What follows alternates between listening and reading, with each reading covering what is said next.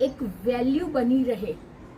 तो आप ज्ञान, एक तरीका और होता है लर्न करने का, जब आपकी क्लास पानी से यूज किया और चले गए, लेकिन मम्मी सिखाती है ना, इसको ब्रश की तरह आपने अपनी जिंदगी में ढालना है। आप उसे समय देंगे, एक बार खरीदो तो वो नोट चल जाता है।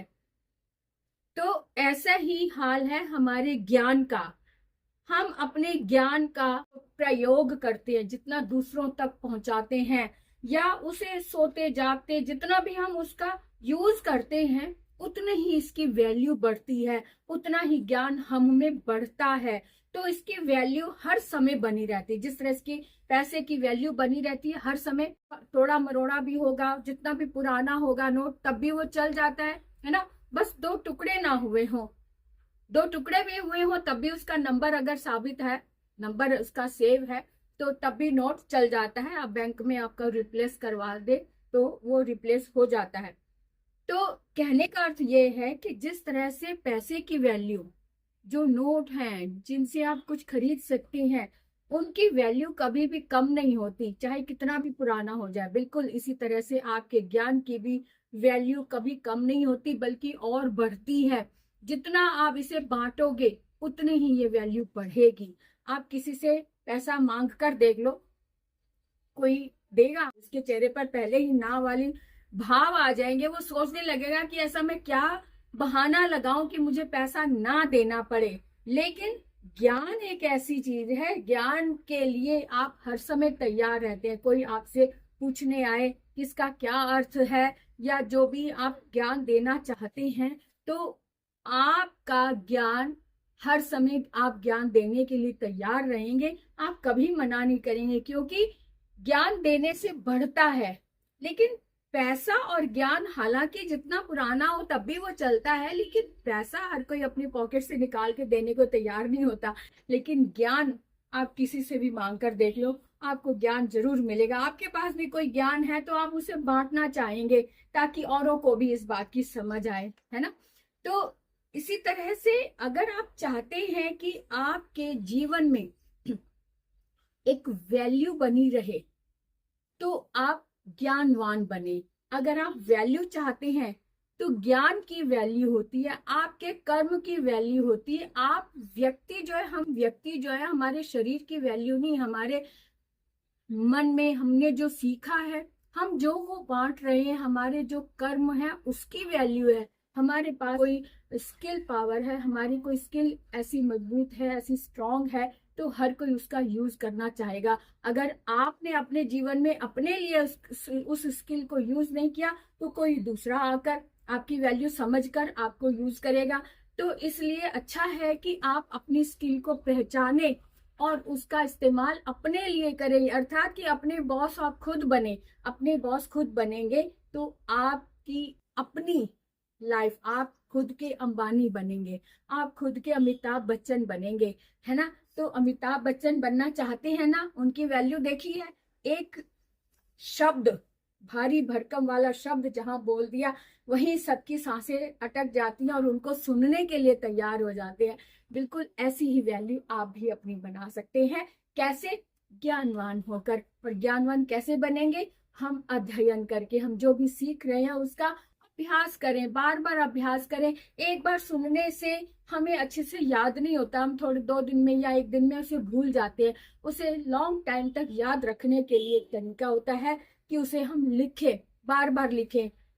2 दिन बाद फिर से उसका, 1 हफ्ते बाद फिर से उसको रिवाइज करें। उसे लिख कर, जब तक आप अपने हाथ से लिख कर नहीं देखेंगे, तब तक वो आपके दिमाग में जो बात है वो बैठेगी नहीं। आपने देखा होगा बचपन में जब आप छोटे थे तो आपकी मम्मी बार बार आपको अभ्यास कराती थी, बेटे दूध पीने से पहले ब्रश करके आओ, चलो टूथ ब्रश करो। फिर आप एक दिन तो कहने पे कर लेते थे, दूसरे दिन फिर से आप बैठ जाओ, मम्मी भूख लगी है, मम्मी भूख लगी है, दूध दे दो, दूध दे दो। फिर से आपकी मम्मी ब्रश किया, चलो उठकर ब्रश करो। फिर मम्मी आपके हाथ में ब्रश पकड़ाती, पेस्ट लगाती है और आपको बाथरूम में लेके जाती है, ब्रश करवाती है। ये आदत धीरे धीरे धीरे धीरे ये एक रूटीन में बदल जाती है। जब आपकी आदत बन जाती है, फिर आपको अलग से सिखाना नहीं पड़ता, फिर आपकी मेमोरी में वो फीड हो चुकी होती है वो क्रियाएं, वो अपने आप ऑटोमेटिकली आप सुबह उठते ही ब्रश करेंगे, नहाएंगे, तैयार होंगे, तो वो एक फीड हो चुकी होती है क्रियाएं, तो उसको अलग से रोज नहीं सीखना पड़ता, लेकिन सीखने के लिए शुरू में हमें आदत बनानी पड़ती है, बिल्कुल टूथब्रश जैसे हम सुबह करते हैं। इसी तरह की जब हम आदतें बना लेते हैं तब हमें अलग से समय नहीं देना पड़ता, वो ऑटोमेटिकली उसमें जो सुबह उठते ही हम वो क्रियाएं अपने आप करने लग जाते हैं। तो इस लर्न करने की प्रोसेस जो होती है, लर्न करने का जो प्रोसेस है, इसको भी आप डेली रूटीन में शामिल करें। अर्थात जो आपने आज चैप्टर लर्न किया है, जो आप आज आपने चैप्टर पढ़ा है, नया चैप्टर है, तो उसको समझने के लिए समय तो लगेगा। तो समय, आपका समय उसको चाहिए, उस चैप्टर को अच्छे से आत्मसात करने के लिए आप उसे समय देंगे। एक बार रीड करेंगे, दो बार रीड करेंगे, जो उसके वर्ड्स हैं, लर्न करने वाले जो शब्द के अर्थ हैं, उसको आप लर्न करेंगे।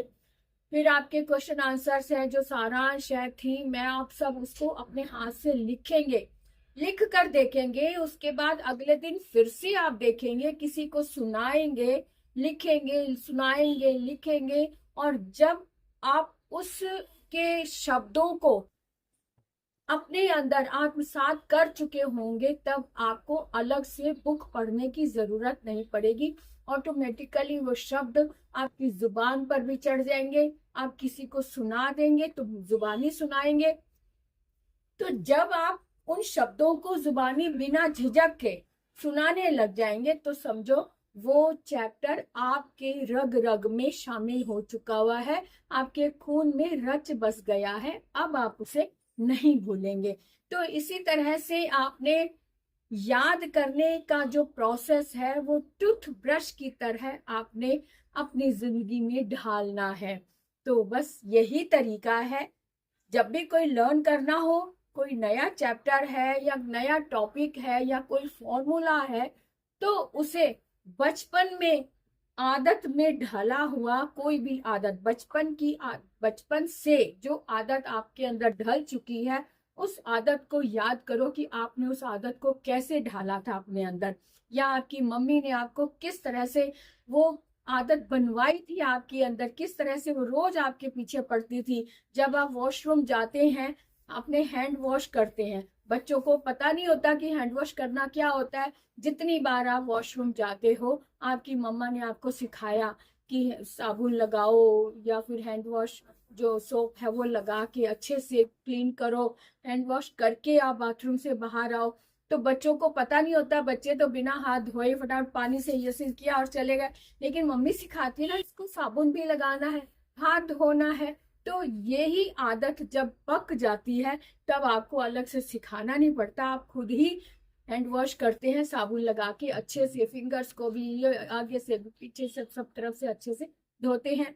तो बस यही आदत आपने लर्न प्रोसेस में लगानी है। लर्निंग प्रोसेस जब आपने पकना है, अपने अंदर बनाना है, तो यही प्रोसेस आपको चाहिए, जो आदत बन जाए। जो शब्द नया है उसे स्वीकार करो, उसकी बनावट को देखो, उसे लिख लिख कर देखो, उसके अर्थ को समझो और उस शब्द को अपनी डेली लाइफ में यूज करो, तब आप उसे कभी नहीं भूलेंगे। बस यही तरीका होता है लर्न करने का। आप एक बार आजमा कर देख लो कि कोई शब्द आपको डिफिकल्ट लग रहा है, कभी कभी कोई ऐसा शब्द होता है कि जुबान पे चढ़ता ही नहीं है, तो उसके लिए क्या करना है, आप हाथ से लिखो, 5 बार लिख लो, 10 बार लिख लो, पेज पलट कर फिर से लिख लो, बिना देखे लिखो, और उसकी स्पेलिंग किसी से पूछ लो। आप घर में मम्मी है या छोटा भाई बहन है या जो भी है, उसको सुना दो, उससे उसका टेस्ट लेने के हिसाब से उससे बात कर लो। या फिर घर में कहीं बोर्ड है, या जैसे आपके हाथ में मोबाइल है, तो मोबाइल के जो नोट पैड होता है उसमें लिख लो, 2 बार 3 बार लिख लो, या फिर डायरी में लिख लो। कहीं पर भी बैठे हुए हो, कोई भी पेपर आपके हाथ में आया तो उसमें लिख लो। तो 3-4 बार, 10 बार, 15 बार, 20 बार आप लिख लोगे, तो मतलब नहीं कि आप दोबारा उसे भूल पाओ। और एक तरीका और होता है लर्न करने का, जब आपकी क्लास में आपकी मैम आपसे पूछती हैं, तब आप खड़े होकर आंसर जरूर दो। अगर आपको नहीं भी आता तो कोई बात नहीं, आपको सही आंसर भी मिलेगा मैम से। लेकिन उस समय में जो क्लास में आपने खड़े होकर आंसर दिया, उस समय, उस टाइम पीरियड को आप अपने दिमाग में कैद कर लेंगे कि उस समय आपने क्या आंसर दिया था, कौन सा शब्द था। तो ये एक जो समय का दायरा है ना, वो आपके दिमाग में कैद हो जाएगा। ये जिंदगी भर के लिए आप इस वाक्य को कभी नहीं भूलोगे। इसलिए क्लास में अगर मौका मिले आंसर देने का तो आप जरूर दो, क्योंकि ये एक लम्हा होता है जो आपके दिमाग में कैद हो चुका होता है, उसे आप कभी नहीं भूल पाते। तो इसलिए क्लास में कोई आंसर देने का मौका मिले तो अपने आप को छुपाओ मत, अपनी गर्दन झुकाओ मत, पीछे बैक बेंचर मत बनो, आगे बैठो और आंसर देने के लिए झट से हाथ खड़ा करो।